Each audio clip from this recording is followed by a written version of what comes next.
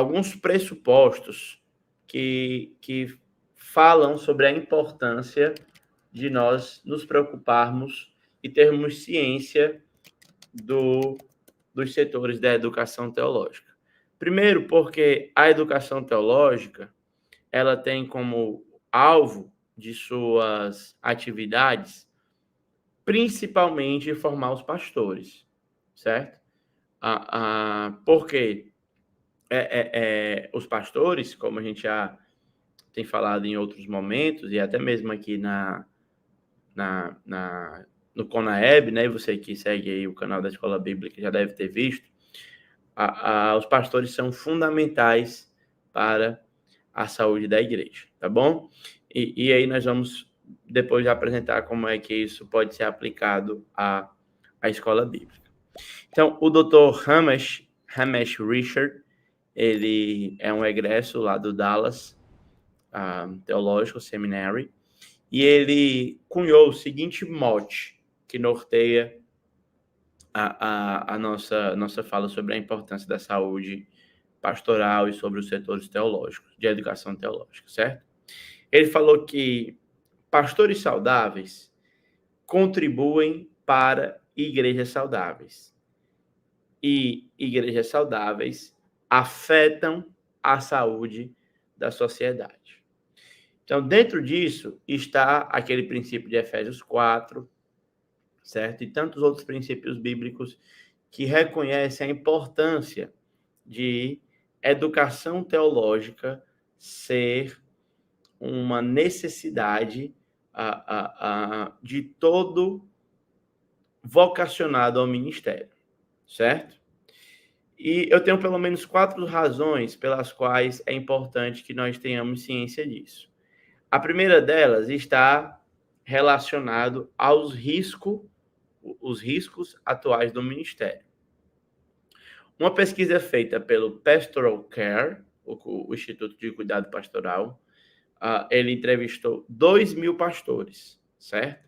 E dentre esses 2.000 pastores entrevistados, eles chegaram à conclusão que 70% dos pastores lutam constantemente com depressão, 50% dos pastores estão tão desencorajados que se eles tivessem outra fonte de renda, eles deixariam o ministério. E aqui são pastores que foram entrevistados, são pastores que servem em tempo integral, certo? Nessa pesquisa, eles chegaram à conclusão de que 50% dos pastores não estariam mais no ministério em 5 anos, 80% dos pastores acreditam que o ministério pastoral prejudica a sua família, 80% das esposas dos ministros pastorais sentem-se excluídas ou pouco valorizadas, 70% dos pastores não têm alguém que considere um amigo próximo, 90% dizem que não receberam treinamento adequado para atender às demandas do ministério, 85% nunca tiraram um período sabático, não tem folga semanal, não tem férias anuais e coisas relacionadas a esse sentido. E dessa pergunta, né, dessa pesquisa, eles chegaram à conclusão que 250 pastores deixam o ministério todos os meses. Eu não sei você, mas esse dado, pessoalmente, afeta muito a minha preocupação a respeito do ministério, principalmente eu que trabalho no setor de educação teológica, né? E nos 3 setores. Então, esses dados, eles são assustadores.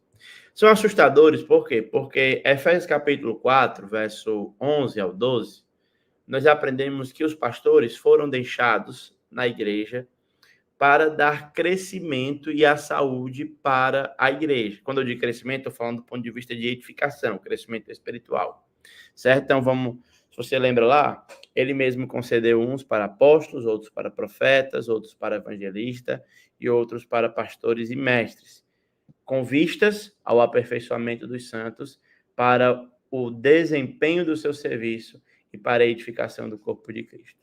Se eu tenho pastores lutando contra todos esses dados que são assustadores, eu também vou minar a saúde da igreja, eu vou minar o serviço de santos aperfeiçoados, eu vou minar a capacidade de pessoas que servem o Senhor estarem desempenhando o seu serviço eficazmente, certo? Um outro ponto que eu acho digno de nota aqui é que muitos líderes pastorais foram chamados pelo Espírito Santo, foram colocados pelo Senhor em suas congregações, mas carecem de habilidades, não é? E ferramentas para o exercício do ministério, certo? Então, alguns pastores, por mais que tenham recebido até um conhecimento de bases doutrinárias de sua denominação, ou até um conhecimento teológico, né? Eles não têm as habilidades práticas para transformar essa teologia que eles receberam em fundamento para exercer o seu ministério. Por isso, então, nós precisamos trabalhar a questão dos setores teológicos, certo? Já de cara, eu quero dizer para os irmãos o seguinte: o setor teológico, os setores teológicos são divididos em três, certo? São três setores teológicos. O setor da educação formal, tá certo? O setor de educação teológica formal. O setor de educação informal, certo? E o setor de educação não formal, tá? Então, o que é que cada setor, todos os setores juntos, visam alcançar? Os setores juntos visam alcançar, diminuir esse número que a gente tem visto de pastores que não receberam treinamento, certo? Na nossa denominação, por exemplo, se você for considerar aí um dado a grosso modo, eu acredito que no nosso estado, nós não tenhamos nem 20% dos pastores da nossa igreja que receberam um curso de teologia, certo? A maioria dos pastores receberam alguma espécie de treinamento, mas não tiveram teologia. Eu não sei como é que funciona na igreja de vocês, certo? Se vocês quiserem até participar aí no chat para enriquecer esse debate, a gente ter uma amostragem maior, seria interessante. Se tem alguém aqui no chat que o pastor, né, ou os líderes da igreja não receberam treinamento teológico, por favor, coloque, né? Ou que receberam também, certo? Para a gente poder entender, certo? Agora, observem que no mundo todo, a REACH, que é a instituição que promoveu esse congresso, eles avaliaram que 80% dos pastores não receberam no mundo inteiro. Isso é pensando no mundo inteiro. 80% não receberam treinamento. E aí o nosso papel agora é trabalhar para diminuir esse percentual. Nós cremos que um pastor bem treinado é a melhor maneira que nós temos para abençoar uma igreja, certo? Então, os setores. Quem no chat lembra quais são os setores? Vamos lá, eu queria que a gente tivesse uma palestra aí participativa. Quais são os setores da educação? Primeiro setor da educação que eu falei aí para gente. Quem pegou aí, quem anotou, por favor, já coloca no chat aí para a gente continuar aí a nossa reflexão, que eu estou acompanhando aqui o chat pelo celular, tá bom? Então, primeiro setor da educação, setor de educação formal, certo? Setor de educação formal tem a ver com os grandes seminários, certo? E as faculdades, certo? Qual o papel do setor de educação formal e as suas vantagens e as suas desvantagens, certo? Os seus desafios, por assim dizer, não vou dizer desvantagens, né? O setor de educação formal, ele tem como a principal vantagem a solidez no treinamento, certo? Ele tem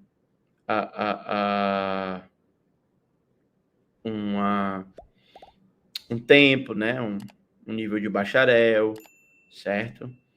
Basicamente, que são em torno de mais de 3.000 horas de estudo, certo? Uma boa carga de leitura, um bom conhecimento bíblico, e isso é uma coisa boa, certo? É uma coisa boa.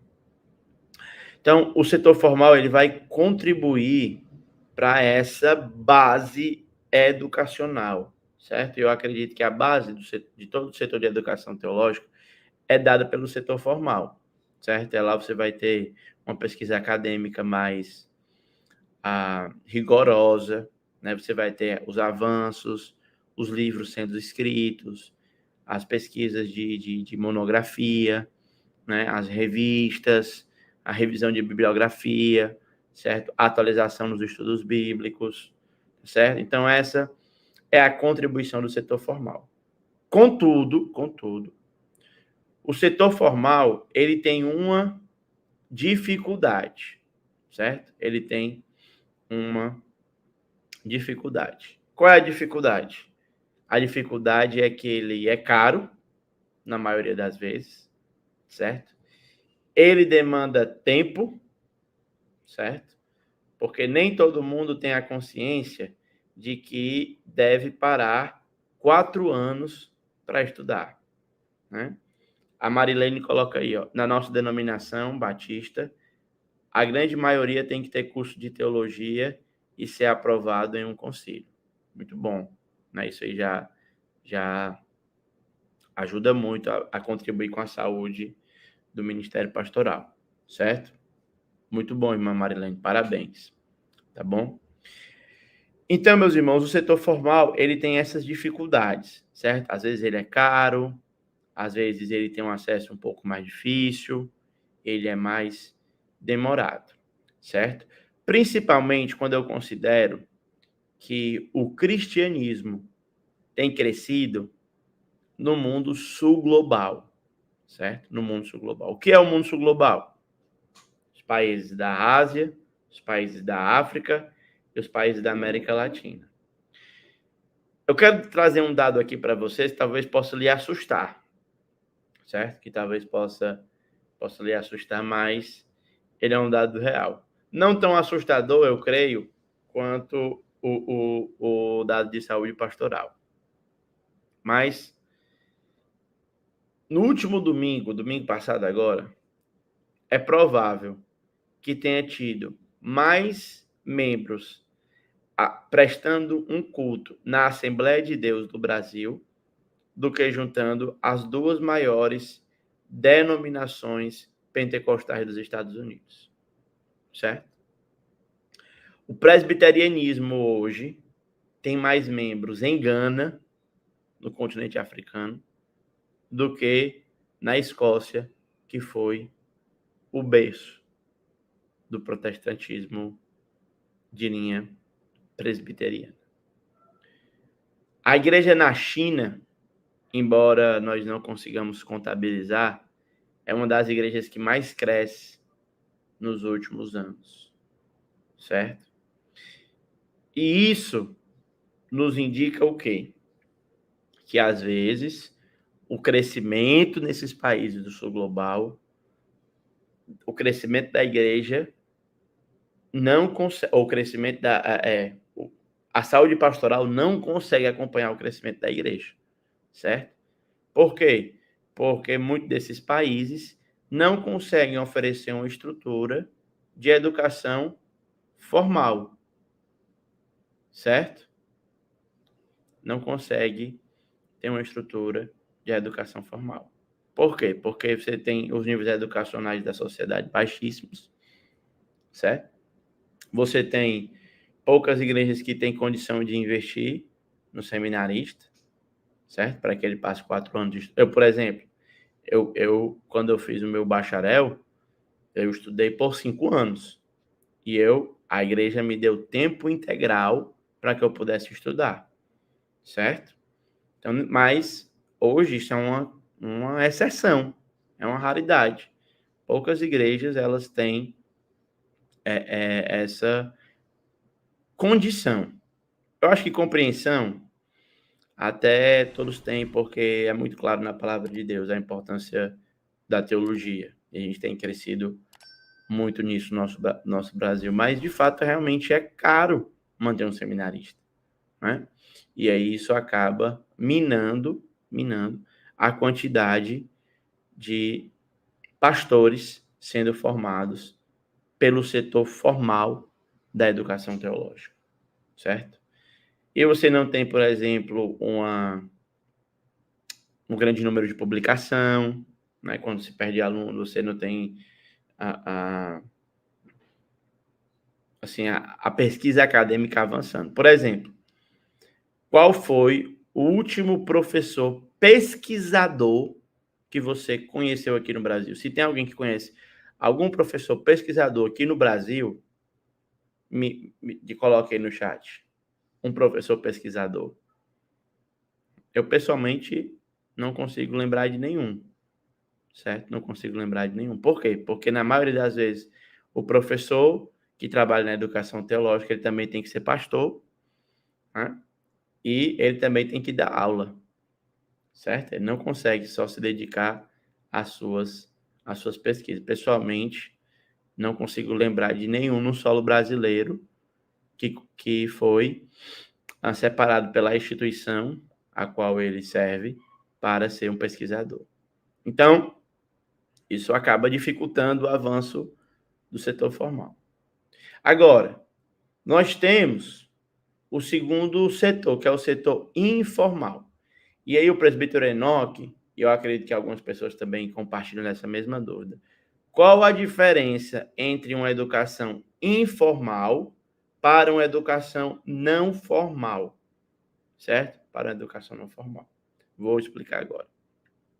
A educação informal, ela tem a ver com os institutos bíblicos, ela tem a ver com os seminários de pequeno porte, porque ainda tem uma certa estrutura educacional, ela ainda tem uma certa formalização, mas ela não é um curso de nível de bacharel. Ela não é um curso de faculdade, né? Não é um MDiv, não é um BA, né? Não é um MA, um Master of Arts. Pensando aqui no sistema de educação global, não somente do Brasil, tá? No Brasil, eu acredito que a gente só tem bacharel e licenciatura, né? Mas, agora, nós temos muitos institutos bíblicos, certo? Eu, pessoalmente, estou envolvido nos 3 setores da educação. Eu dou aula numa faculdade, seminário, né, de grande porte, certo? E sou diretor de um seminário informal, certo? Que é um seminário que visa oferecer um curso de teologia, só que é um curso básico. Nosso curso aí tem 1 ano de duração, são 11 disciplinas, cada disciplina, acho que são 8 aulas, certo? Que visa contribuir. Qual é a facilidade do curso informal? Primeiro, é que ele é um curso de baixo custo. Segundo, é que ele é um curso de rápido alcance, certo? Porque você não precisa manter uma estrutura, a gente consegue fazer isso. E aí, daqui a pouco o pastor João Paulo vai voltar para a gente até trabalhar um pouquinho aqui dentro da experiência dele como professor também da iniciativa informal, certo? A irmã Rosane colocou aqui, eu sou da Assembleia de Deus em Camamu. Faz uns 10 anos que a igreja ofertou curso básico em teologia para os obreiros, principalmente presbíteros que atuam como dirigente de congregação. Olha aí uma coisa boa. Então, esses cursos básicos, eles são o que nós chamamos de trabalhos da iniciativa informal, certo? Aqui no Brasil, por exemplo, tem alguns trabalhos de cursos informais que acabam se destacando. Eu aqui quero fazer referência ao Pregue a Palavra, por exemplo. É uma capacitação em pregação bíblica das Escrituras. Então, você vê, eles mandam os professores, juntam turmas em igrejas, em lugares, e aí o curso acontece no final de semana, né? Na verdade, o curso são 4 anos, mas apenas um final de semana por semestre. Então, são 8 encontros ao longo desses 4 anos. É um curso rápido. Qual a dificuldade dos cursos informais? É realmente conseguir aprofundar nos assuntos, certo? Nos assuntos. Muitas vezes eu me peguei dando aula no curso informal, sentindo a necessidade de aprofundar com alguns alunos, e a disciplina já acabou, certo? Então, isso aí acaba também dificultando. Então, o curso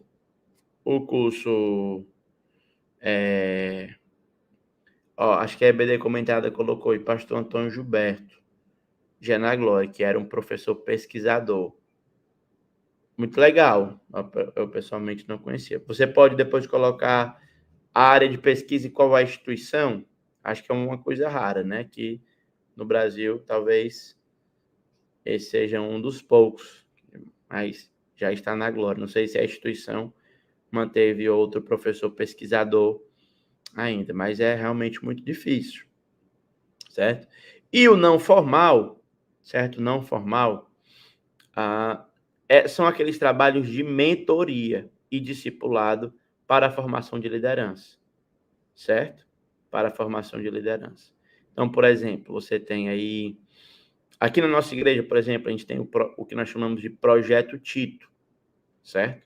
Que é um projeto onde eu viso trabalhar com alguns irmãos da nossa igreja, alguns vocacionados e outros que já estão no ministério.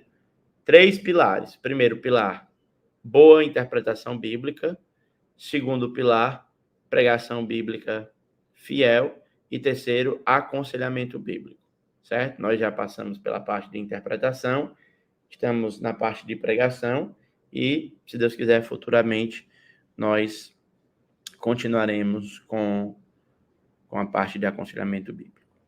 Então, a iniciativa não formal tem mais a ver com o discipulado, tem mais a ver com o caminhar, com a mentoria, né? Então, tem um exemplo disso é o Mentor Link, um ministério internacional que você faz mentoria, o Reform, é outro ministério internacional que faz mentoria e acaba trabalhando, certo? Então, cada um desses setores, eles têm a sua contribuição, certo? Para a educação teológica formal. O que nós precisamos entender é que não existe a sobreposição de um sobre outro, certo? Não é uma competição de qual setor contribui mais, mas é para ser uma colaboração, certo? Então, de modo geral, a principal colaboração vai ser do setor formal, que vai tentar, talvez, prover professores para que possam trabalhar nas iniciativas informais e nas iniciativas de mentoria não formal. Então, isso visa o alvo de cada um desses setores é um só: contribuir para a saúde do ministério pastoral. E aí, como é que eu trabalho a saúde do ministério pastoral? O Paulo Silva comenta: onde congrego, temos curso básico, com duração de 3 anos. E a maioria dos professores passam por ele. Olha que coisa boa, né? Então, mais uma iniciativa informal trabalhando. Deixa eu lhe perguntar: alguém aqui conhece mais alguma iniciativa informal que você acha que as outras pessoas poderiam conhecer para ficar a par? Aqui eu mencionei o Pregue a Palavra, aqui eu mencionei posso mencionar também as conferências de aconselhamento bíblico da ABCB, certo? Que são uma espécie de iniciativa de treinamento informal, e uma série de outros fatores que visam treinar. Agora, no que consiste um treinamento pastoral, certo? Consiste em 3 Cs. Em 3 Cs, certo? Que é, primeiro C, conhecimento. Segundo C, caráter. E o terceiro C, competências relacionadas ao ministério. Então, cada setor deve, na estruturação dos seus projetos, se preocupar com esses 3 aspectos da formação pastoral, né? O próprio CONAEB é uma iniciativa de treinamento informal, certo? De educação informal. É um setor da educação teológica. Está difundindo boa educação cristã, está equipando os líderes, dando boa ferramenta para vocês, certo? Então, a primeira coisa é a do conhecimento. São conhecimentos bíblicos. E aí, no que consiste os conhecimentos, certo? Conhecimento consiste em... Quais são as áreas que envolvem o conhecimento? Deixa eu abrir aqui para dizer bem preciso para vocês. Primeiro, todos os setores devem contribuir para um conhecimento das Escrituras, certo? Conhecimento das Escrituras, certo? Então, o que é que se espera? Nessa valência, espera que o aluno egresso, seja do formal, informal ou não formal, ele conheça a sua Bíblia. Ele saiba as histórias do Antigo Testamento, ele esteja familiarizado com as datas, ele esteja familiarizado com as personagens, né? Ele esteja familiarizado com os períodos, certo? Ele conheça as alianças e como Deus avança a sua aliança, ele consiga compreender o Antigo Testamento como um todo, certo? No Novo Testamento, que ele conheça a vida de Jesus, né? Atos e a expansão da igreja, as viagens missionárias do apóstolo Paulo, o contexto de escrita de cada carta, quem escreveu, para quem escreveu, em qual contexto escreveu, certo? Que são conhecimentos bíblicos, conhecimento do texto, certo? Do texto. Dentro da área do conhecimento, nós temos ainda o fundamento teológico, certo? Fundamento teológico. Nós, como cristãos protestantes, dividimos a teologia em 10 áreas, certo? Dividimos a teologia em 10 áreas. Vamos lá, quem lembra aí as áreas da teologia? Vou deixar aí no chat para vocês colocarem. Quais são as 10 áreas da teologia? 10 áreas. Quem me ajuda aí com quais são as 10 áreas? Uma academia de pregadores é um setor informal. Exatamente. Então, vamos lá. Eu vou dar aqui a primeira, né? Primeira área é a área da bibliologia, certo? Bibliologia. Me ajudem aí com as outras. Vamos lá, queria que vocês participassem. Segunda área, gente. Vamos lá, depois da bibliologia. Eu tenho teologia propriamente dita, cristologia. Vamos lá, então. Bibliologia, teologia propriamente dita, cristologia. O que mais? Estamos em 3. São 10. Paracletologia, não, Laels. Não é uma área da teologia, certo? É um nome, pode ser utilizado, mas não é uma área que geralmente se usa, certo? Amartiologia, eclesiologia, escatologia. Então, vamos lá. Cristologia já falaram. Doutrina das últimas coisas é escatologia, né? Então, amartiologia. Vamos pegar o que o Lelson falou e vamos colocar pneumatologia, certo? Então, vamos lá. Bibliologia, teologia propriamente dita, amartiologia, eclesiologia, escatologia, soteriologia. Já foram 6. Pneumatologia, 7. Faltam 3. Eclesiologia, soteriologia e angelologia, certo? São as doutrinas da área cristã. Epistemologia é uma área de estudo dentro do que nós chamamos de prolegômenos. História da igreja não é uma área dentro de estudo da teologia sistemática, certo? Vamos lá, vamos manter aqui, ó. Quando eu falo de conhecimento teológico, eu quero pegar as 10 doutrinas fundamentais. A teologia sistemática ela é dividida em teologia histórica, teologia bíblica, teologia sistemática ou filosófica e teologia prática, certo? Então, a história da igreja vai para a teologia histórica, a hermenêutica vai para uma espécie de teologia prática, né? Homilética, teologia prática, pneumatologia, sim, é uma área da teologia sistemática, certo? Então, quando eu pego essas 10 doutrinas, eu tenho que perguntar para o meu aluno, a pessoa que eu estou treinando, né? Se ela, primeiro, conhece as 10 doutrinas, segundo, se ela sabe quais são os pontos importantes dentro de cada doutrina, e se ela tem uma posição formada sobre cada doutrina, certo? Em seminários, em setores da educação, que são os confessionais, geralmente o aluno vai receber a visão da igreja, certo? Em setores que não são... Opa, minha câmera aqui foi desconectada. Só um minuto, irmãos. Opa, pronto, voltei. Certo? Então, como eu estava falando para vocês, então, o treinamento, ele pergunta, faz a seguinte questão, né? Em qual nível está você? Você tem uma resposta para as questões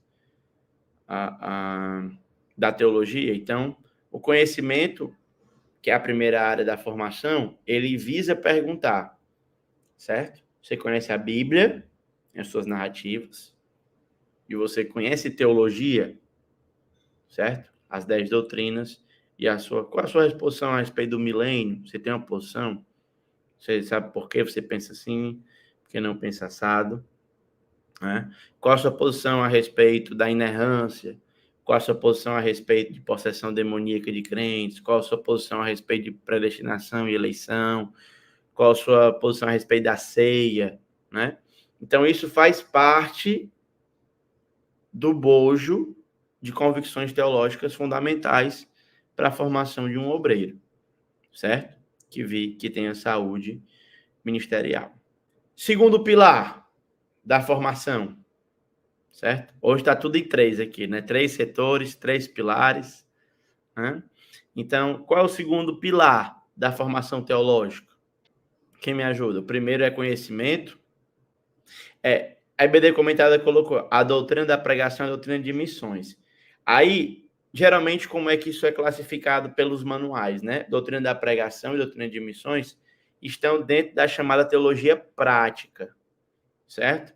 Doutrina dos profetas maiores e menores está dentro da teologia bíblica. Nós estamos tentando trabalhar as 10 categorias da teologia sistemática, certo? Que são 10. Então, o primeiro é conhecimento. Segundo, a gente viu conhecimento de quê? Conhecimento fundamental da Bíblia e conhecimento fundamental da teologia, que é conhecimento básico, que é conhecer as 10 doutrinas, ter uma opinião básica sobre elas, uma sustentação bíblica, né? Por isso que aí, como a Marilene falou, algumas igrejas optam pelo concílio. Lá atrás, a Marilene falou. Lá atrás, algumas igrejas optam pelo concílio. Na nossa igreja, nós temos a sabatina, certo?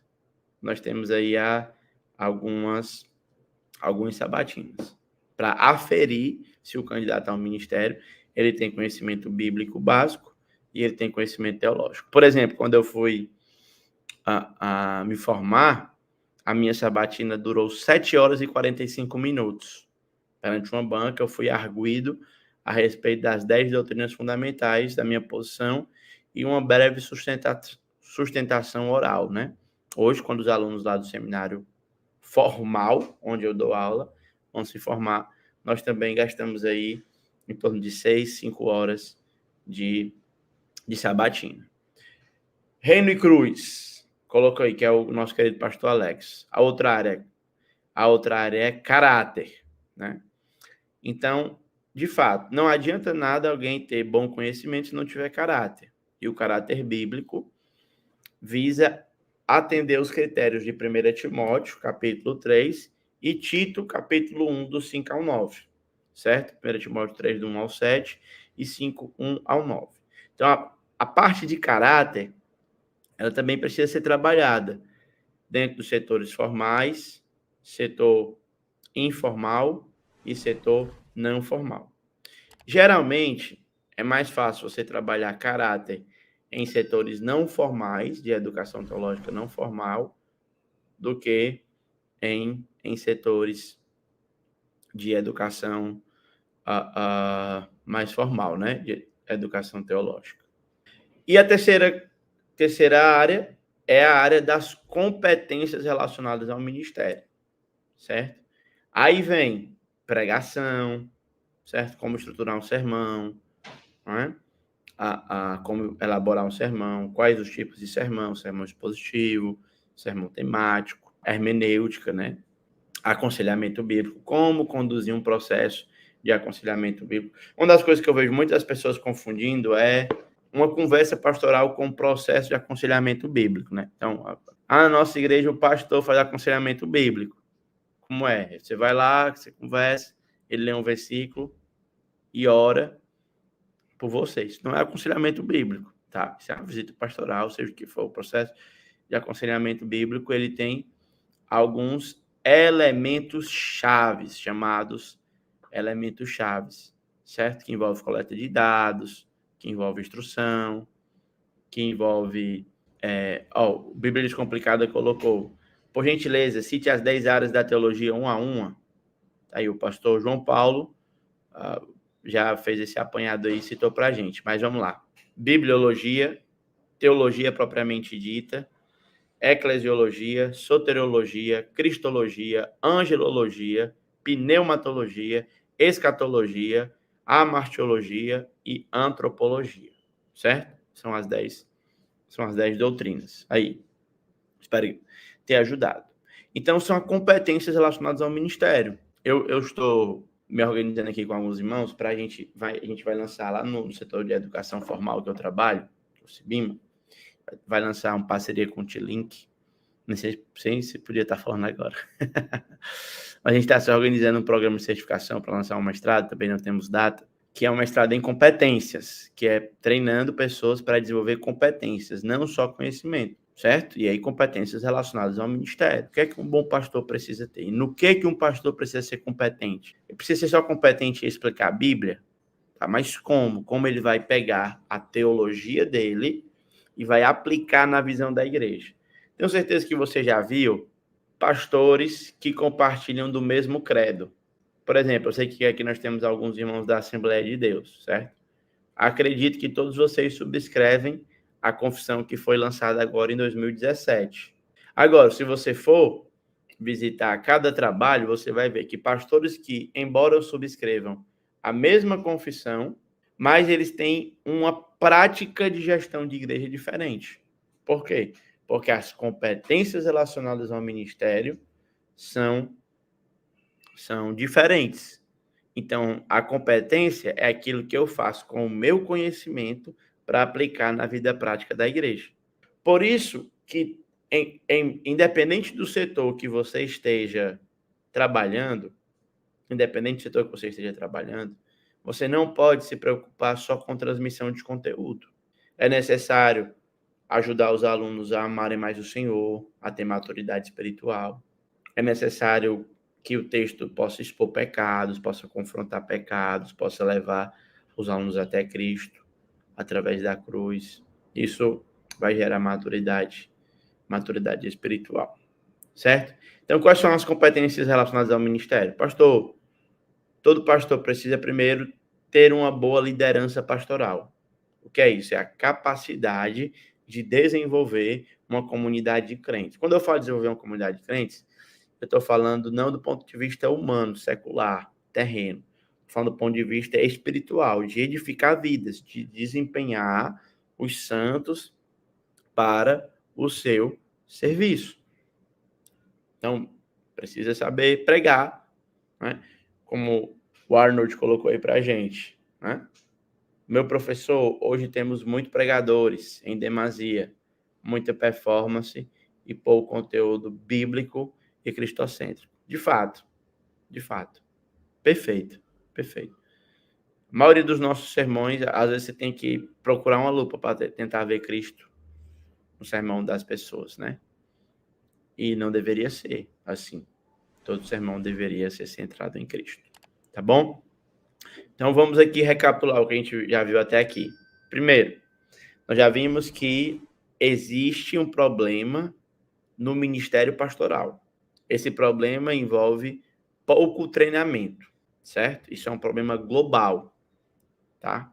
Problema global. Quais são as áreas que estão trabalhando para minimizar esse problema? Formal, informal, não formal. Formal, faculdades e grandes seminários. Informal, escola bíblica, conferências, congressos, cursos de teologia básica, institutos bíblicos, publicação de revistas, que eu acho que esse, talvez no nosso país esse seja a maior. E não formal, que é discipulado, caminhado com a mentoria e coisas nesse sentido. Nós já vimos que um pastor bem treinado, um pastor saudável, ele precisa ter treinamento em 3 áreas. Na área do conhecimento, ele precisa ter conhecimento bíblico e conhecimento das doutrinas teológicas básicas. Nós vimos que ele precisa ter caráter nos termos bíblicos, de 1 Timóteo capítulo 3, do 1 ao 7, e Título capítulo 1, verso 5 ao 9. Ele precisa ter competências relacionadas ao ministério, ou seja, ele precisa saber liderar pastoralmente a sua igreja. Isso significa que ele vai caminhar, ajudar a igreja a desempenhar o seu serviço na edificação dos santos. Ele precisa ser bom pregador da palavra de Deus, e por bom pregador, eu quero dizer que ele prega um sermão bíblico. O que é um sermão bíblico? Um sermão que o ponto do texto é o mesmo ponto da mensagem, que ele faz o caminho, sair do texto bíblico, vai sair do texto, né, vai para o mundo bíblico, explica o que esse texto significou para os primeiros ouvintes, passa esse texto pelo crivo da cruz e depois aplica. Ele não toma a rota direta, não sai direto daqui do texto para aplicar. Ele leva os seus ouvintes para entender o texto, respeita a intenção do Espírito Santo, passa no plano histórico redentor de Deus e depois aplica, certo? Então, esse é um sermão bíblico. Agora, se você vai fazer isso de modo expositivo, de modo temático, qual método que você vai usar, isso é uma coisa particular de cada um. Agora, a exposição, ela precisa atender a esses critérios. E aí eu vou finalizar apresentando os 4 pilares para identificar a saúde pastoral, certo? A gente já viu os 3 setores da educação, a gente já viu o que cada setor deve se preocupar, né? Os 3 princípios, e aprofundamos um pouquinho cada princípio significa: conhecimento, caráter e competência relacionados ao ministério. Agora, nós queremos dizer o que é que nós queremos definir o que nós queremos dizer por um pastor saudável. Então, o primeiro aspecto do pastor saudável é que ele vive biblicamente. Ele vive uma vida bíblica. Segundo, ele é um pastor que pensa biblicamente. A sua forma de interpretar os fenômenos da realidade está cativa à palavra de Deus. Quarto, ele é um pastor que prega biblicamente. Terceiro, ele é um pastor que prega biblicamente. E quarto e último, ele é um pastor que lidera a sua comunidade biblicamente. Então, cada setor desse deve estar envolvido em promover. Porque o mote central é aquele: pastores saudáveis afetam a saúde da igreja. Se eu tenho um pastor doente, se eu tenho um pastor que não vive biblicamente, ou até que vive biblicamente, mas ele não pensa, não prega e não lidera biblicamente, ele não é um pastor saudável. Então, esses são os pilares que você identifica um pastor saudável a partir disso em todo lugar do mundo. Como foi um congresso global, então nós tentamos trabalhar esses pilares para ser uma maneira de trabalhar a saúde pastoral em qualquer lugar do mundo, seja rico, seja pobre.